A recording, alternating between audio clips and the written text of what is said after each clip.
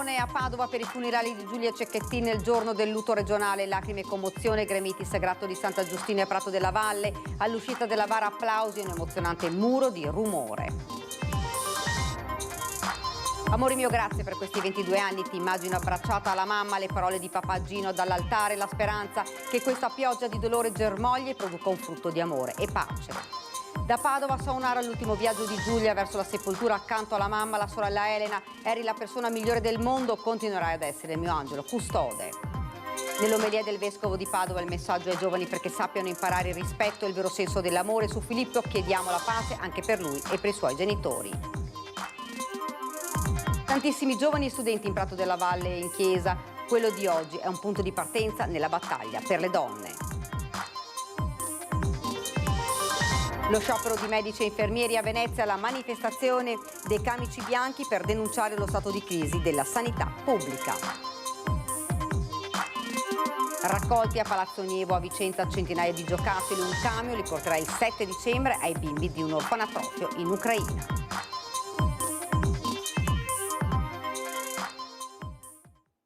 Buonasera, ben ritrovati, edizione regionale dei nostri notiziari. Dunque, lo avete sentito, quello di oggi è stato il giorno del dolore, il commosso addio del Veneto a Giulia Cecchettin nella Basilica di Santa Giustina, l'ultimo saluto alla 22enne uccisa dall'ex fidanzato Filippo Turetta. La nostra emittente ha seguito la lunga mattinata dalla partenza del feretro dall'obitorio fino all'emozionante saluto dei 10.000 radunati in piazza.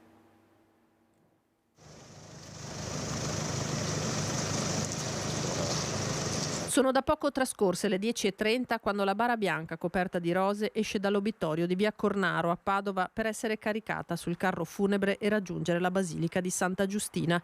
È all'obitorio che con compostezza e un dolore che si può leggere nei volti, nei gesti, inizia il lungo addio della famiglia Cecchettin a Giulia. È ora di lasciarti andare, dirà poi papà Gino dal pulpito, quello che Filippo Turetta non è stato capace di fare. Possa trovare quell'amore. Dal mattino il sagrato della Basilica e Prato della Valle sono andati via via riempendosi. Moltissimi gli studenti in una Padova che nella giornata di lutto regionale aveva sospeso le lezioni. Una dopo l'altra le corone di fiori del Presidente della Repubblica Sergio Mattarella, della Presidente del Consiglio Giorgia Meloni, di Camera e Senato. Nei banchi delle autorità il Ministro della Giustizia Carlo Nordio e il Presidente del Veneto Luca Zaia, dietro a loro una schiera di sindaci con la fascia tricolore. Al suo arrivo il feretro è accolto da un applauso, un abbraccio che fa commuovere il papà di Giulia. Guardate le lacrime di Gino. Restano tutto il tempo stretti in primo banco Cecchettin con i figli Elena e Davide, le mani intrecciate, il capo posato uno sull'altro. Il sorriso di Giulia ci mancherà perché il suo viso ci è divenuto caro, ha detto il vescovo di Padova, Monsignor Claudio Cipolla, nella sua omelia, invocando poi il Signore. Insegnaci, Signore, la pace tra generi, tra maschio e femmina, tra uomo e donna. Vogliamo imparare l'amore e vivere nel rispetto reciproco, cercando anzi il bene dell'altro nel dono di noi stessi. Non possiamo più consentire atti di sopraffazione e di abuso. E poi l'unico passaggio esplicito riferito a chi Giulia l'ha uccisa. Chiediamo la pace del cuore anche per Filippo e la sua famiglia. Il nostro cuore cerca tenerezza, comprensione, affetto, amore. La pace del cuore è pace con se stessi, con il proprio corpo, con la propria psiche, con i propri sentimenti, soprattutto quelli che riguardano il senso delle azioni che compiamo e il senso della vita. In molti si avvicinano al banco dei Cecchettin al momento di scambiarsi un segno di pace. Si fa avanti un uomo i cui lineamenti l'Italia ha imparato a conoscere nel 2021. È Vincenzo Gualzetti, papà di Chiara, uccisa da appena 15 anni. Anche lui ha perso sia la moglie, morta a luglio, che la figlia e stringe il papà di Giulia in un abbraccio vigoroso. Il feretro viene benedetto, quindi ripercorre la navata verso l'uscita. Quando la bara scende la scalinata, gli applausi della piazza, dei 10.000 della piazza, si fanno rumore e chi c'è sfila dalla tasca, dalla borsa o dallo zaino un mazzo di chiavi, tutti insieme a farle tintinnare per lunghi, emozionanti minuti.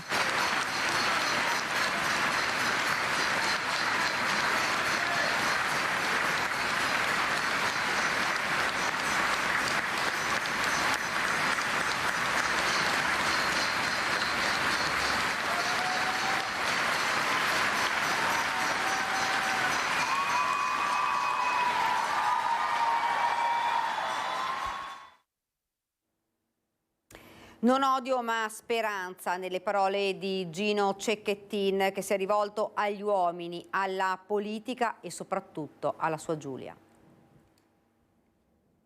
Il femminicidio è spesso il risultato di una cultura che svaluta la vita delle donne, vittime proprio di coloro che avrebbero dovuto amarle e invece sono state vessate, costrette a lunghi periodi di abusi fino a perdere completamente la loro libertà, prima di perdere anche la vita. Come può accadere tutto questo? Come è potuto accadere a Giulia? Ci sono tante responsabilità, ma quella educativa ci coinvolge tutti. Ma mi rivolgo per primo agli uomini, perché noi per primi dovremo dimostrare di essere agenti di cambiamento contro la violenza di genere. Parliamo agli altri maschi che conosciamo, sfidando la cultura che tende a minimizzare la violenza da parte di uomini apparentemente normali. Creiamo nelle nostre famiglie quel clima che favorisce il dialogo, un dialogo sereno perché diventi possibile educare i nostri figli al rispetto della sacralità di ogni persona, ad una sessualità libera da ogni possesso e all'amore vero che cerca solo il bene dell'altro. Chiamarsi fuori, cercare giustificazioni, difendere il patriarcato quando qualcuno ha la forza e la disperazione per chiamarlo col suo nome, trasformare le vittime in bersagli solo perché dicono qualcosa con cui magari non siamo d'accordo, non aiuta ad abbattere le barriere. Alle istituzioni politiche chiedo di mettere da parte le differenze ideologiche per affrontare unitariamente il flagello della violenza di genere. Abbiamo bisogno di leggi e programmi educativi mirati a prevenire la violenza, a proteggere le vittime e a garantire che i colpevoli siano chiamati a rispondere delle loro azioni. Vi voglio leggere una poesia di Gibran che credo possa dare una reale rappresentazione di come bisognerebbe imparare a vivere. Il vero amore non è né fisico né romantico.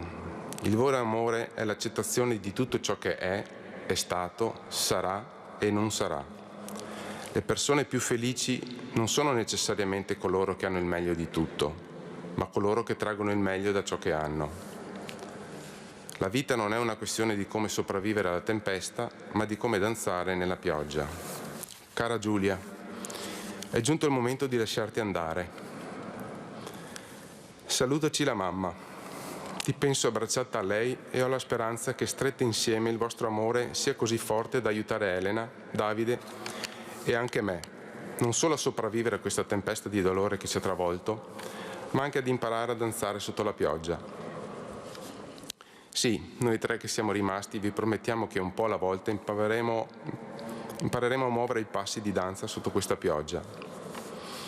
Cara Giulia, grazie per questi 22 anni che abbiamo vissuto insieme e per l'immensa tenerezza che ci hai donato. Anch'io ti amo tanto e anche Elena e Davide ti adorano. Io non so pregare, ma so sperare. Ecco, voglio sperare insieme a te e alla mamma. Voglio sperare insieme ad Elena e Davide. E voglio sperare insieme a tutti voi qui presenti.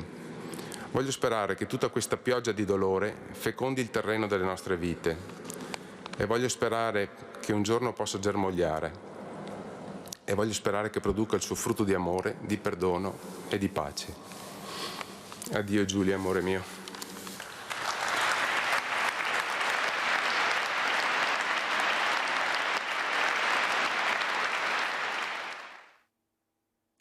Il discorso del papà di Giulia Cecchettin è di alto valore morale e civile, colpisce il cuore di tutti noi, riguarda le coscienze dell'intera società. Raccolgo la proposta del governatore Zaia perché sia inviato alle scuole, i docenti ne possono discutere con i loro studenti. Così il ministro dell'istruzione Giuseppe Valditara.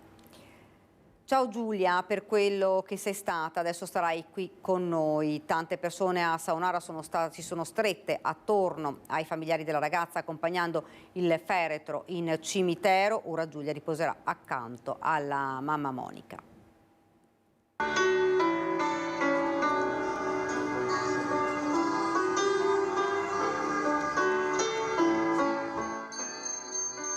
Il feretro di Giulia arriva a Saonara poco prima delle 13. Il cuore di un'intera comunità si fa pesante mentre il sagrato si riempie nel silenzio e nella commozione. Le volontarie del gruppo missionario distribuiscono i nastri rossi. Vogliamo essere vicini a questa famiglia in particolare e a tutte quelle che in passato hanno avuto questo momento così tragico. Siamo tutti quanti straziati dal dolore. Nastri rossi come quelli che si trovano in ogni angolo del paese, sui negozi che abbassano le saracinesche, sugli edifici pubblici, anche all'esterno del cimitero.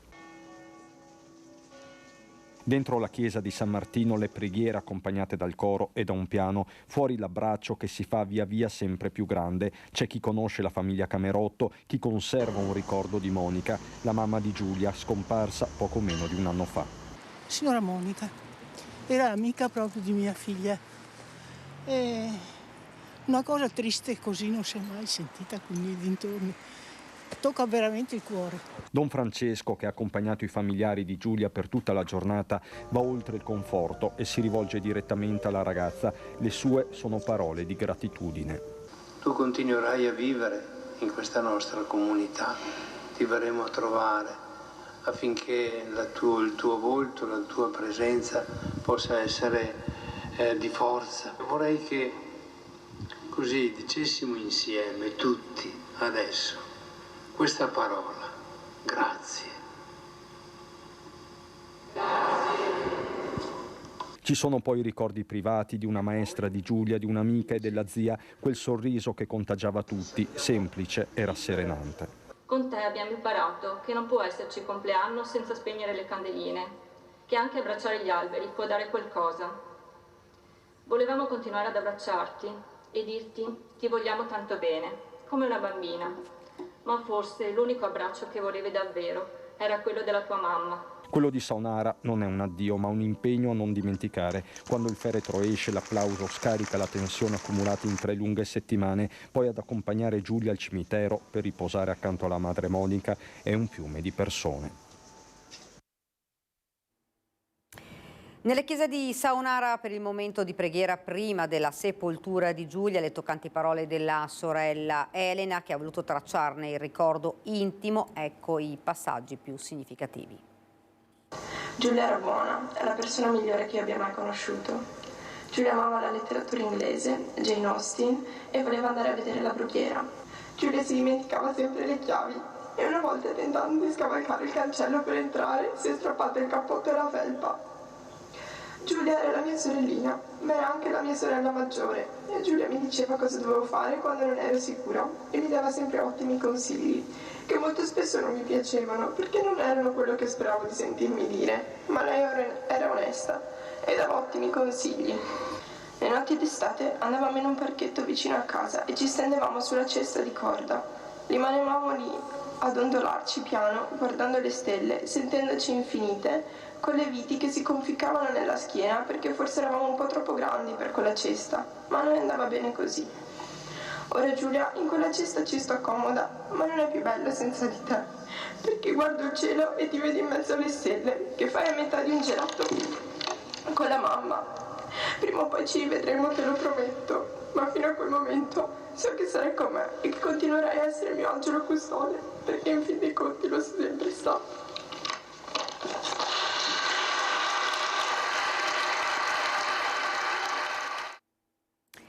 Oltre 10.000 persone hanno assistito al funerale di Giulia Cecchettin, imponente la macchina di sicurezza.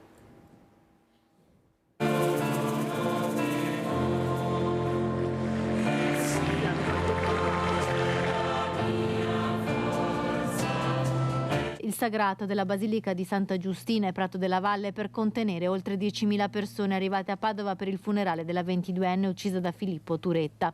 La commozione fin dalle prime ore del mattino davanti all'obitorio dove la salma di Giulia è partita poco prima delle 11. Non doveva succedere, non dovrà mai più succedere queste cose. Noi Giulia non ce l'abbiamo più, la figlia di tutti. E guardi, non si sa il futuro, il nostro futuro quale sarà senza Giulia, perché Giulia era una rosa che stava sbocciando, non è ammissibile che a lei sia stato fatto questo. Queste cose non devono più succedere. Fuori dalla Basilica e in Prato della Valle tantissimi ragazzi e ragazze. È una questione che mi sento molto al cuore. Giulia la vedevo come una mia coetanea e vedere che in questi periodi queste cose accadono ancora mi fa rincuorare molto il cuore. Essere qua per me non vuol dire solo essere una donna presente alla morte di un'altra donna, ma essere un essere umano presente per l'uccisione di un essere umano dalla mano di un altro essere umano. Tanto dolore e anche tanta rabbia, sicuramente in primis per Giulia, ma anche come simbolo un po' per tutte le donne che ogni giorno soffrono per la posizione in cui il patriarcato stesso la pone. È stato importante far capire che eravamo qua, eravamo presenti per dare un supporto e perché, come hanno chiesto loro, come ha chiesto la papà, la sorella e il fratello, sia un punto di svolta questo. È settimane, da giorni che ci trovate qui nelle piazze di Padova e non solo, di tutta Italia. E era giusto essere presenti qui oggi simbolicamente, ma la lotta continua. A sorvegliare sulla folla, sulla famiglia di Giulia e sulle autorità un imponente dispositivo di sicurezza messo in campo dalla prefettura. Oltre 200 persone tra polizia, carabinieri, tutte le forze dell'ordine, unità speciali antiterrorismo e il servizio d'ordine garantito dalla protezione civile e dai tanti volontari di Croce Rossa e Verde. Un abbraccio corale della città di tutto il Veneto che porterà sempre Giulia nel cuore.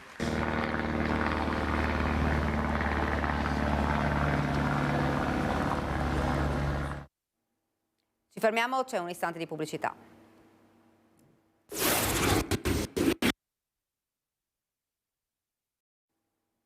Siamo tornati nuovamente in studio, giornata di sciopero, di protesta per medici ed infermieri che hanno manifestato a Venezia.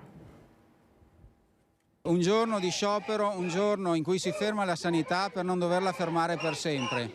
La sanità si ferma oggi per non fermarsi per sempre. È un urlo d'allarme, una richiesta d'aiuto e un appello accorato alla politica, ma anche una chiamata ad una presa di coscienza collettiva dello stato di crisi in cui versa la sanità pubblica, quello che si leva da medici e infermieri veneti, dalla ULSS 7 Pedemontana alla ULSS 3 Serenissima, da Padova a Treviso, dalle montagne bellunesi alle pianure rodigine. Un intero settore si mobilita per far sentire la propria voce, manifestando a Venezia davanti al Palazzo Grandi Stazioni della Regione per poi spostarsi in prefettura. Il rispetto degli infermieri passa attraverso il rispetto economico, il rispetto normativo, il rispetto nella sicurezza dei luoghi di lavoro, dato che le aggressioni sono sempre più frequenti e sempre più importanti. Le sempre più frequenti aggressioni in corsia o al pronto soccorso sono causate, secondo infermieri e medici, anche dall'ansia e dall'esasperazione di pazienti che si sentono lasciati in balia di se stessi, trascurati da un personale sanitario che invece sta facendo i salti mortali per colmare le carenze di organico. Lo stipendio mediamente è sui 1.500-1.600 di stipendio, anche se si riesce a guadagnare facendo purtroppo un lavoro in più, che comunque noi la chiamiamo un lavoro di spremitura ulteriore del lavoro, quali lo straordinario, sono molto tassati, per cui lo stipendio rimane sempre basso. Secondo le prime stime, lo sciopero di medici e infermieri si attesterebbe in media attorno al 70%. Frustrazione e delusione sono fortissimi in entrambe le categorie. Promesse vane mai mantenute, carenza di personale, carenza di risorse economiche, tagli sulle pensioni, il personale che se ne va perché trova molto meglio lavorare nel privato. Noi continuiamo a lavorare e teniamo duro per il momento, ma siamo sempre più in difficoltà e questa la gente la deve sapere. Ed ora andiamo a Vicenza, sono arrivati centinaia di giocattoli a Palazzo Nievo, sede di raccolta dei giocattoli destinati ai bambini ucraini, promosse dalla provincia e dall'associazione Energia e Sorrisi di Altavilla. Raccolta che si concluderà domani, poi il 7 i giocattoli saranno caricati su un camion e consegnati in Ucraina, in particolar modo ad un orfanatrofio. Questa era la nostra ultima notizia, vi lascio ovviamente alle nostre previsioni del tempo, grazie davvero per averci seguito, arrivederci.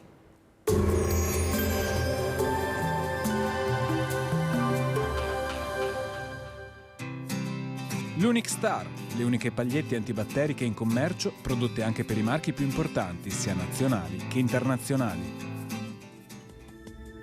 Benvenuti al Meteo. Pressione in aumento, soffiano venti di maestrale. La giornata sarà caratterizzata da un tempo in prevalenza asciutto. Vediamo il dettaglio di mercoledì 6 dicembre. Sul Veneto il cielo si presenterà nuvoloso e coperto, specie al mattino. Con il passare delle ore, dunque, dal pomeriggio non sono escluse anche delle parentesi maggiormente soleggiate. Le temperature saranno in ulteriore lieve aumento, minime tra 1 e 4 gradi, massime tra 7 e 10 gradi. Spostiamoci ora sul Friuli Venezia Giulia. Anche qui il cielo sarà grigio e nuvoloso, possibili schiarite poi nelle ore pomeridiane. Temperature minime tra 3 e 5 gradi, massime sui 9-10 gradi. Infine diamo uno sguardo alla situazione del Trentino Alto Adige. Il cielo sarà anche in questo caso in prevalenza coperto, ma con occasionali schiarite soleggiate nel pomeriggio. Temperature minime tra 2 e meno 2 gradi, massime sui 7 all'incirca. Dal meteo è tutto, vi auguro un buon proseguimento come sempre in nostra compagnia.